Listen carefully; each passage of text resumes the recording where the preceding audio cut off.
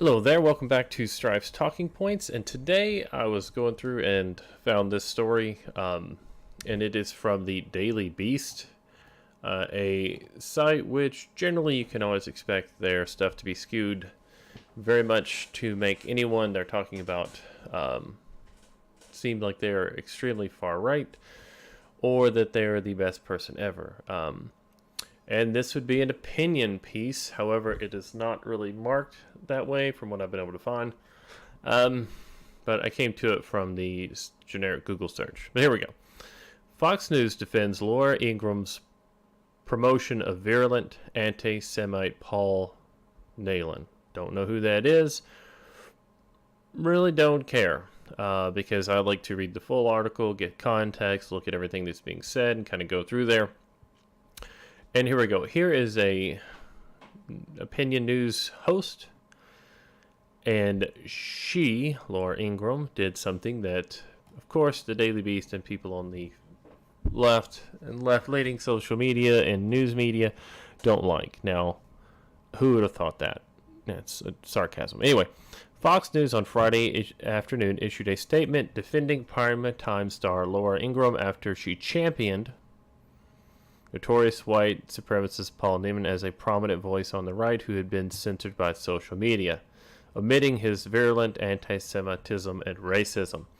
Now, first off, to hear that championed, you would want to get context. Of course, they're going to give you none. At the same time, one of the companies who advertises during the broadcast pulled down its ads. That is from far left activism off of Twitter, and we're just going to read through. It's obscene to suggest Laura Ingraham was defending Paul's despicable actions, especially when some of the names on the graphic were pulled from an Associated Press report on the best-known political extremist banned from Facebook. Here's the Associated Press ads. Of course, you have noted anti-Semite Louis Farrakhan. You have Alex Jones, who ran the news, the news, entertainment, conspiracy site. They do a lot of stuff. I don't really care for Alex Jones, but some of the stuff that comes out of InfoWars isn't terrible. I mean, there's some pretty interesting stuff there. And they're just going through Louis Farrakhan, Alex Jones violated dangerous individuals. And as you go see, you see anti-Semitism, hate, racism. It's kind of the reason for that. And as you read through, they give you some names of people. So what she basically did was they pulled together a list and used it as a graphic. And here's the actual graphic. We're talking about prominent voices censored on social media. Now we're going to back up just a second. Here she is talking to Candace Owens, a young black conservative, founded the Brexit movement to get black people to see the Democratic Party in a different light. So we're going to listen for just a minute. Heels in, and we're going to see, in my opinion, people are going to be voting for conservatives and voting for Trump in larger margins in 2020. They know when they're being silenced. They know when they're being lied to. I think most people are on to this game. And so Facebook now, what do they monitor? Quote, hate. That sounds good until you realize hate, and these are some of the people they've... No. Real quick. Alex Jones runs InfoWars. Technically, it's a media company, much like Daily Beast. They skew the stories they need to skew them. They do some on-the-ground reporting, stuff like that.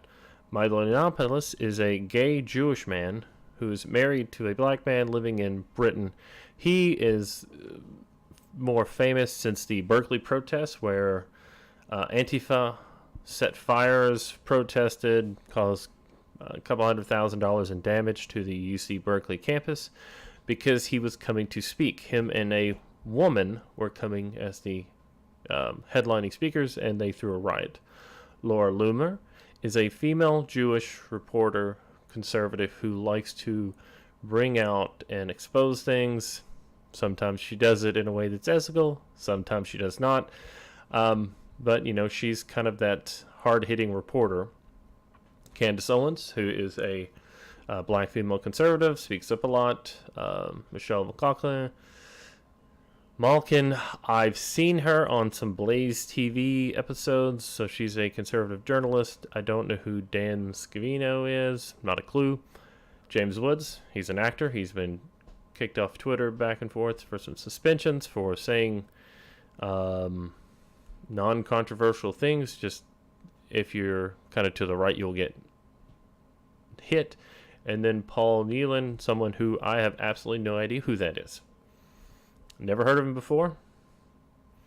So out of the 8 people there, 4 of them I know pretty good. 5 of them I know pretty good. 3 of them, 1 of them a little, 2 of them not even the slightest. All right. So this entire article goes into during a discussion with far-right commentator Candace Owens. Candace Owens is a black conservative. She is not part of the far-right. So this right here, who once suggested Hitler's nation would have been okay if he didn't go global. That is a complete misrepresentation. That is actually a lie in this Daily Beast article. There is a video of Candace Owens speaking to a person who said the problem with Hitler's Germany was he went global. He had global ambitions. Immediately, of course, redid the Rhineland, moved into Poland, attacked France, and was a global power. The News and Primetime Star complained that the left's trying to silence conservative voices ahead of the 2020 election. I believe this is more or less known on anyone who's actually paying attention to who's being silenced and what things are being shut down. Doctored videos of House Speaker Nancy Pelosi being drunk. Now, there's a doctored video of her appearing drunk. However, there are also dozens of fake Trump tweets, altered videos, completely fake stories all over the internet. However, if you have them of people on the left or of the Democrats, you are almost immediately banned. You see that they're being banned on social media, banned from all these different platforms. And remember, a platform is supposed to act not as a moderator or a publisher, but just as a place to post things. Having a platform ban people for non-illegal activity is acting as a publisher. It's something I would always like to make clear. People should kind of read more into that.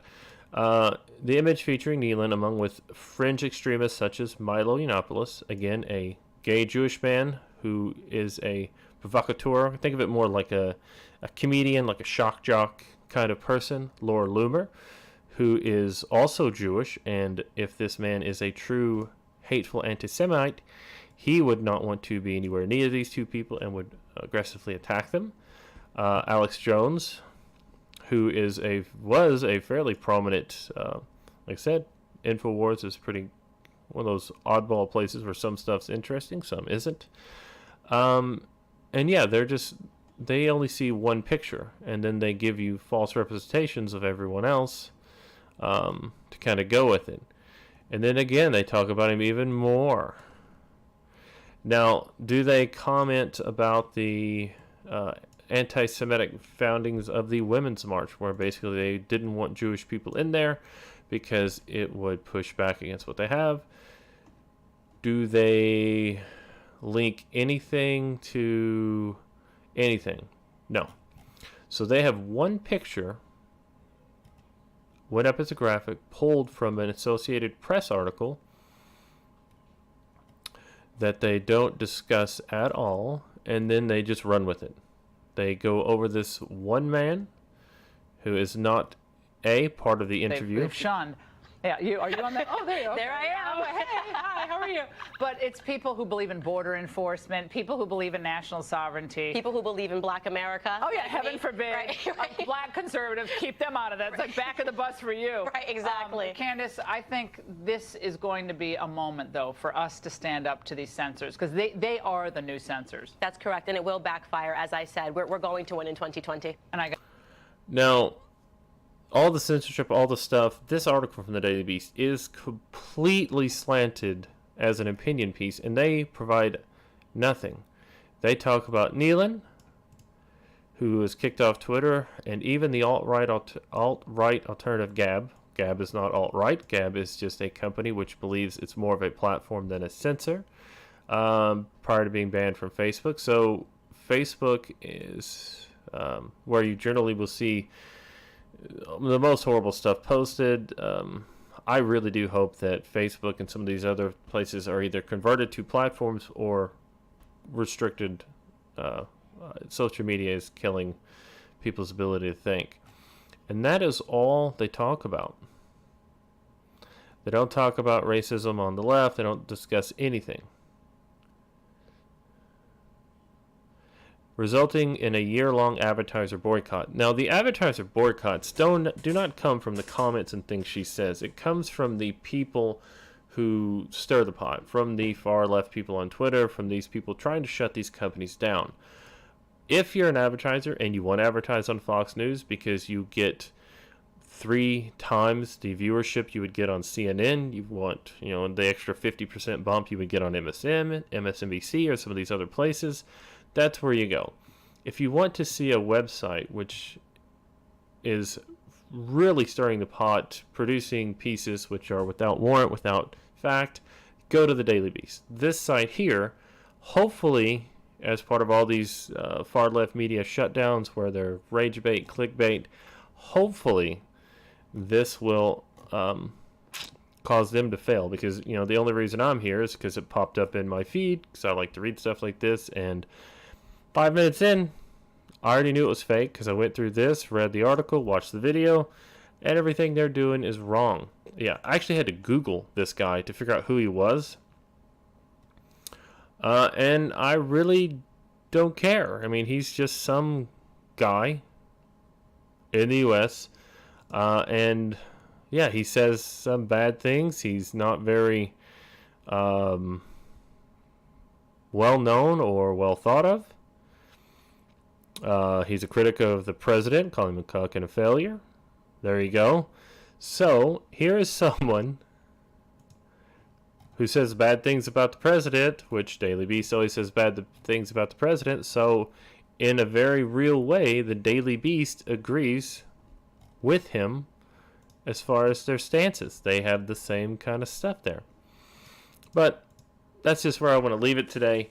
Again, Daily Beast creates a false flag article to try and strip advertisers away from a show they disagree with because of a graphic they used from the Associated Press's in the studio. Stuff. Lucky man. All right, 2 topics. Great Dr. news. Drew is next.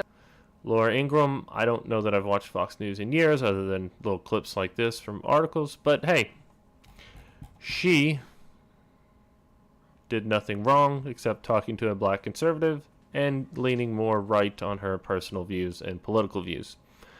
And for that, the Daily Beast creates a hit piece and makes up a lot of stuff. This entire article is just false information.